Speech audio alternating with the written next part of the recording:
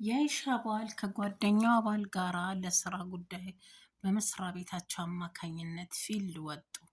መስሪያ ቤቱም ክፍል አብረው ነው የተከራየላቸው። ማታ ሊተኙ ሲሉ ሻንጣውን የአይሻ ባል ሻንጣውን ሲከፍት ጓደኛዋ አጠገቡ ቁጭ ብሎ እየተመለከተው ነበር። ቦርሳውን ሲከፍት ከሽታው ይጀምራል። በቆንጆ ጠረን ተሞልቷል። ልብሶቹ በስርዓት ተነጣጥፈው ተቀምጠዋል። ሁሉም ልብሶች በትንንሽ ሻንጣ ተለይተዋል።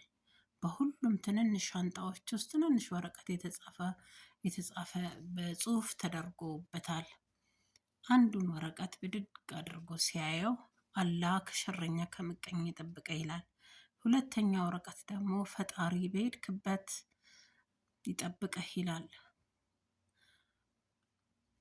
ሁለተኛው ወረቀት ደግሞ ፈጣሪ በሄድክበት። ሶስተኛው ወረቀት ደግሞ ቢጃማ ነበረ። በሰላም እደር የኔ ቆንጆ ምሽት ይሆንልህ ኢንሻአላህ ይላል። ሌላኛው ወረቀት ደግሞ የጥርስ መቦረሻ የነበረበት ነው። ምን ጊዜም በልቤ ትኖራለህ ይላል። የአይሻ ባል ሚስቱን የሚያኖራት በመካከለኛ ሁኔታ ነው። ቤታቸው ትንሽ ናት። አይሻና ልጆቿ ይኖሩበታል። ጓደኛው ግን ሶስተኛ ፎቅ፣ በዛ ላይ በተናጠጠ እቃዎች የተሞላ ነው። በዛ ላይ ልጅ አላህ ገና አልሰጣቸውም። ከተጋቡ ቆየት ብለዋል። ጓደኛው ቦርሳውን ራሱ ነው ያስተካከለው። ያው እንደ ነገሩ እቃውን ጭምርምር አድርጎ ያስማምባል። ስለ ኑሮ፣ ስለ ቤቱ፣ ስለ ሚስቱ፣ ስለ ልጆቹ ሲጠይቀው አመሸ። በዚያው ሁኔታ ላይ ያለው ለሁለተኛ ሊያገባ ወሰነ። ማንን? የአይሻን እህት። እሱ ለራሱ ቆንጆ ኑሮ የሚኖር ይመስለው ነበረ። የአይሻን ባል ሲያይ ግን እንዲህም አለ እንዲህ አለ። ከዛ ሄዶ የአይሻን እህት ቀለበት አሰራላት። አይሻ እንግዲህ ጎበዝና ባለሙያ የሆነችው እናቷ ባለሙያ ስለሆነች ነው። እህቷም እንደዛ ትሆናለች ብሎ አስቦ ከእናታቸው የወረሱት ነው ብሎ እናታቸውን አባታቸው እንደዚህ ስታረግ አይተው ነው ብሎ ስለገመተ በቃ ይሄንንም የአይሻም ሚስት ወዲያውኑ የእሷን አይነት ሚስት እንትን እንዲል ወዲያውኑ ነው የወሰነው ሊያገባ ማለት ነው። ጊዜም አላጠፋም። ከፊልዱ ሲመለሱ የአይሻን እህት ጠይቆ በስነ ስርዓት ቀለበት አሰረላት። አንቺ ታሪኩን የሰማሽው ተጠንቀቂ፣ ባልሽ የአይሻ ባል ጓደኛ እንዳይሆን ጸልይ። ታሪኩ እንግዲህ ይሄን ይመስላል። ታሪኩ በዚህ ያበቃል። አጭርና ቆንጆ መልእክት ያለው ነው እና እኔ ደግሞ የራሴን አስተያየት ከታሪኩ ተመርኩሽ ስጨምርበት እዚህ ታሪክ ላይ የምንማረው ነገር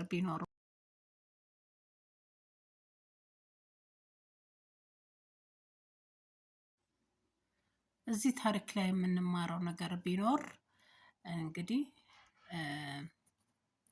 የአይሻ ባሏ ምን ያህል እንግዲህ ከእሷ ተለይቶ ለፊልድ ነው የወጣው። ከምን አይነት ሰው ጋር እንደሚያሳልፍ ከምን የምታውቀው ነገር የለም። ያደረገችው ነገር ግን ባሏ ልቡ ከእሷ ጋር ተሳስሮ ቤት እስኪመለስ ድረስ ልቡ ከእሷ ጋር ተሳስሮ እሷን ብቻ እንዲያስብ ነው ያደረገችው ሲስተም ይሄንን ነው። በእያንዳንዱ እቃ ውስጥ ደስ የሚል መልእክት አስቡት እንግዲህ ደስ የሚል መልእክት ተደርጋለት በስነ ስርዓት ተጠጣጥፎ ምን ብሎ በእያንዳንዱ ልብስ ውስጥ ያደረገችው መልእክቶች በሙሉ ምንድን ነው ያደረገችው? እሷን ብቻ እንዲያስብ አስቡት እንግዲህ የዛ ሌሊት ሲተኛ ምንም ነገር ማሰብ ነው የማይችለው። እሷን ብቻ ነው ሲያስብ የሚያድረው። በቃ ጉጉት ሁሉ ምንድነው? ወደ ቤቱ መመለስ፣ ሚስቱን ማግኘት፣ ቤተሰቦቹን ማግኘት፣ ልጆቹን ማግኘት፣ ትዳሩን እንደገና በኤነርጂ መቀጠል አይደል እንዴ? እንደዛ ነው የሚያስበው። ግን ጓደኛው ግን ሀብታም ነው፣ የተናለቀ ኑሮ ነው የሚኖረው። በጣም ሀብታም ነው። በጣም ቪላ ትልቅ 3 ዶር ቪላ ያለው ነው። ግን በዛች ቅጽበት ግን ተበላ። ሌላ ሚስት ሊያገባ ወሰነ። ይህን ነገር አይቶ ማለት ነው። እንግዲህ መልእክቱ ላይ ምንድን ነው? ምንጊዜም ቢሆን በተለይ የምንወዳቸው የትዳር አጋሮቻችን ሲሆኑ ዋናው ነገር ሀብት አይደለም፣ ወላ ንብረት ስላለ አይደለም፣ ወላ ብዙ ገንዘብ ስላለ አይደለም። ዋናው ልባችንን ማስተሳስረን ማቆየት ነው። ክፍተት እንዳይፈጠር ማድረግ ነው። እያንዳንዱ ጥቃቅን ነገሮች የምታደርጓቸው ለባሎቻችሁ ደክማችሁ የምታደርጓቸው ነገሮች ቦታ እንዳላቸው ነው። ስለዚህ እና እዚህ ላይ የምንረዳው ያንን ነው። እና ትዳር ላይ እንግዲህ ስትሆኑ ያው መጥፎም ጎን አለ። አንዳንድ ጊዜ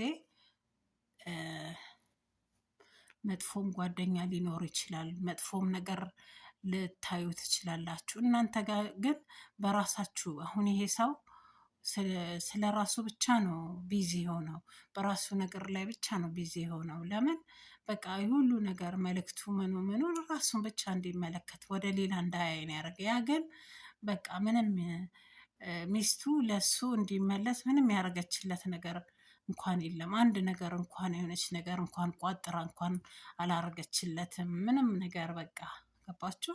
ሄደ ይመለሳል የሚለው ነው። ስለዚህ እኔ አሁን እኔን አስተያየት በእንደዚህ ተሰጥቻለሁ። እናንተ ደግሞ አስተያየታችሁን በዚህ ከታሪኩ ጋር ታሪኩን በተመለከተ የሚጠቅም ነገር ለወጣቶች፣ በተለይ ደግሞ ለወጣቶች ነው፣ ለጀማሪዎች፣ ለጀማሪ አፍቃሪዎች፣ ለመጋማሪ ተጋቢዎች ምን ይጠቅማል? እናንተ በህይወት ተሞክራችሁ ምን ገጥሟችኋል? ምን ቢያደርጉ ይሻላል የሚለውን ነገር ባላየ ታሪኩን ሰምታችሁ ባላየ ላሽ አትበሉ። ጥሩ አስተያየታችሁን ኮመንት ላይ ጻፉልን። ላይክም ሰብስክራይብ ማድረግ አይረሳ እላችኋለሁ። የዛሬ ታሪክ እንግዲህ ይሄን ይመስላል። በተረፈ በሌላ በአዲስ ታሪክ እስከምንገናኝ ባይ ባይ። እኔ ከወዲሁ ጨርሻለሁ። እናንተ ግን አስተያየታችሁ መጻፍ ትንሽም አስተያየት ብትሆን ትጠቅማለች እና ታሪኩን ለሚለያዩት ታሪኩን ለሰሙት ሰዎች መቼም ኮመንት ማንበብ ይፈልጋሉ እና የሆነች ኮመንት ጻፉ። በትህትና እላችኋለሁ። ተረፈ ባይባ። በሌላ ታሪክ እስከምንገናኝ ቻው።